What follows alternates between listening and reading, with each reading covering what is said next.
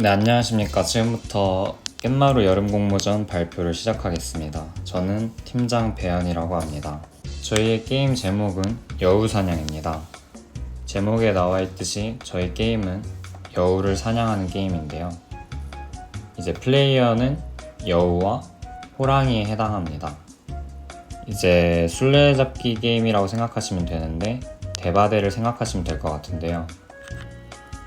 네, 저희는 원래 RPG 게임을 생각하고 스토리 기획을 깊게 가져가고 있었습니다. 하지만 이제 스토리가 너무 깊게 가져가다 보니까 저희가 기간이 짧은데 저희가 이제 스토리를 모두 구현할 수 없을 것 같은 우려가 되어서 스토리 게임보단 캐주얼 게임으로 가자는 방향성을 다시 재정립하게 되면서 스토리는 아주 일부만 구현하기로 하고 술래잡기 게임으로 이제 캐주얼하게 가자라는 방향성을 다시 잡게 되었습니다. 스토리를 조금 간단하게 설명을 드리고 넘어가겠습니다. 이제 구현된 스토리는 구미호의 영혼이 부천에 떠돌다가 이제 사라질 운명이었지만 한 맹인 소녀가 이제 실제 세계는 바라보지 못하지만 영혼 세계를 바라볼 수 있는 능력이 있기 때문에 영혼 상태인 구미호를 만나게 됩니다. 이제 이 세계관에서 영혼의 샘물이라는 아주 특별한 샘물이 있는데 거기에 영혼을 담그면 영혼이 다시 태어나게 된다, 다시 물질 세계로 구현된다, 이런 신화가 있기 때문에 맹인 소녀가 구미호의 영혼의 샘물에 담겨주게 되면서 스토리는 시작하게 됩니다.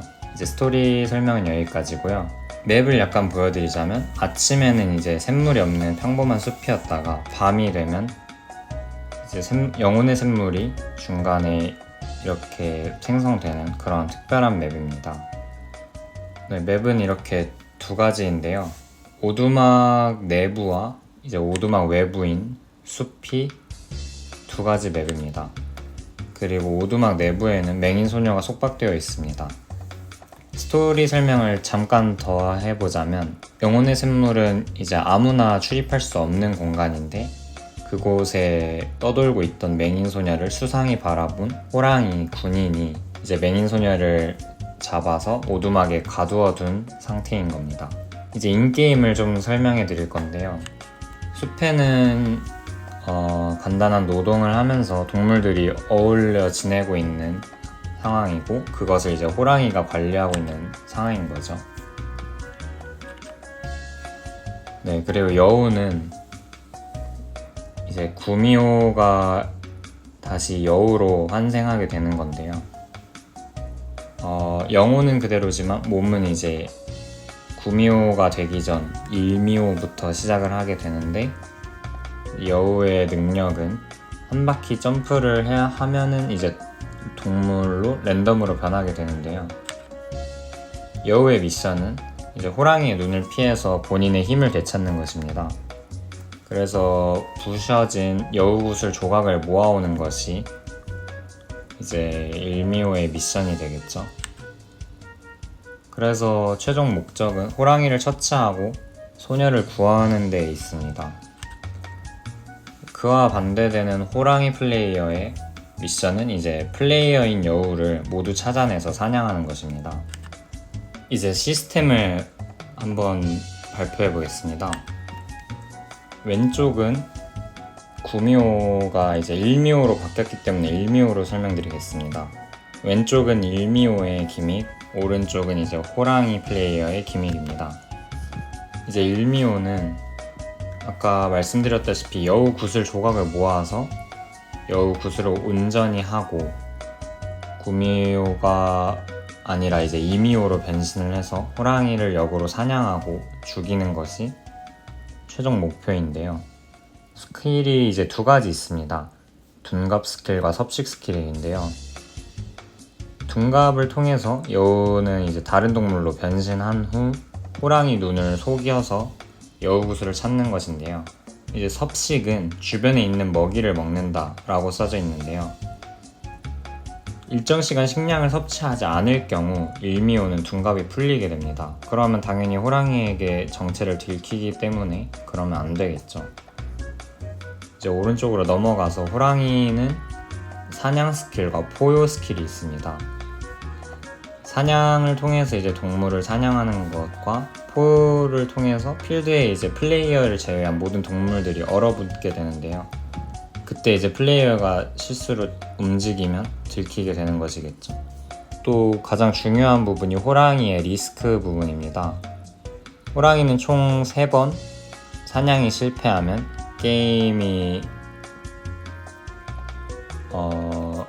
게임을 지게 되는데요. 동물들이 한꺼번에 달려들어서 호랑이를 공격한다라는 연출을 통해서 호랑이는 이제 눈을 잃거나 다리를 한쪽 다치거나 꼬리를 다치거나 이렇게 3가지 기믹 중 하나가 발동이 됩니다. 차례차례 3가지가 모두 발동됐을 경우는 이제 호랑이가 과다출혈로 사망하거나 그런 식으로 게임을 종료시킬 건데요. 보시다시피 이제 호랑이가 눈을 다칠 경우에는 화면 반만 보이고 다리를 다칠 경우에는 속도가 느려지고 꼬리를 다칠 경우에는 방향 감각을 잃어버립니다. 이제 게임 레퍼런스를 보실 텐데요. 저희가 게임을 어떻게 구현할지 가장 많이 참고한 게임인데요. 한번 같이 보시겠습니다. 이제 이런 식으로 일미오가 사슴 등의 동물로 둔갑을 한 상태로 게임을 진행할 거고, 보시다시피 이제 사슴이 먹이를 먹지 않은 일정 시간이 되면 이런 기믹이 발동되는데요. 이렇게 2발로 걸어서 플레이어의 힘을 들키게 되는 것처럼 이제 저희는 둔갑이 풀려서 여우가, 그러니까 일미오가 된 모습을 상대 플레이어에게 보여줄 예정입니다. 방금 보시다시피 이제 버섯을 먹어야 이렇게 사슴이 기믹이 풀리게 되고 저희로 치면 이제 둔갑을 다시 하게 되겠죠. 이런 식으로 게임이 진행될 것입니다. 발표의 마지막 목차로 이제 일정 및 팀 소개를 하면서 발표를 마치려고 합니다. 저희는 이제 7월 16일까지 일정을 제대로 잡았고 17일부터 20일은 확정은 아니지만 시연물을 만들어내는, 그러니까 중간 발표를 위해서 시연물 10초 정도 가량의 분량을 만들어내는 것이 저희의 정해진 목표이고요. 7월 31일까지 전체 게임 제작의 70% 정도 마치는 것이 저희의 목표입니다. 팀원 소개인데요. 이제 저는 기획과 디자인을 담당하고 있는 배현이라고 하고요. 승민님과 팀을 꾸리게 되었습니다. 승민님은 개발 담당이시고, 네, 이제 유니티로 다양한 게임을 만드셨다고 하시는데요. 그래서 지금 믿고 맡기는 느낌인데, 승민님이 개발 인원분들을 이제 리드해 가면서 개발팀을 꾸려가고 계십니다. 지민님은 저와 한번 팀플을 같이 한 적이 있어서 디자인을 잘 하시길래 스카우트 해왔고요. 유일한 디자인 담당이십니다.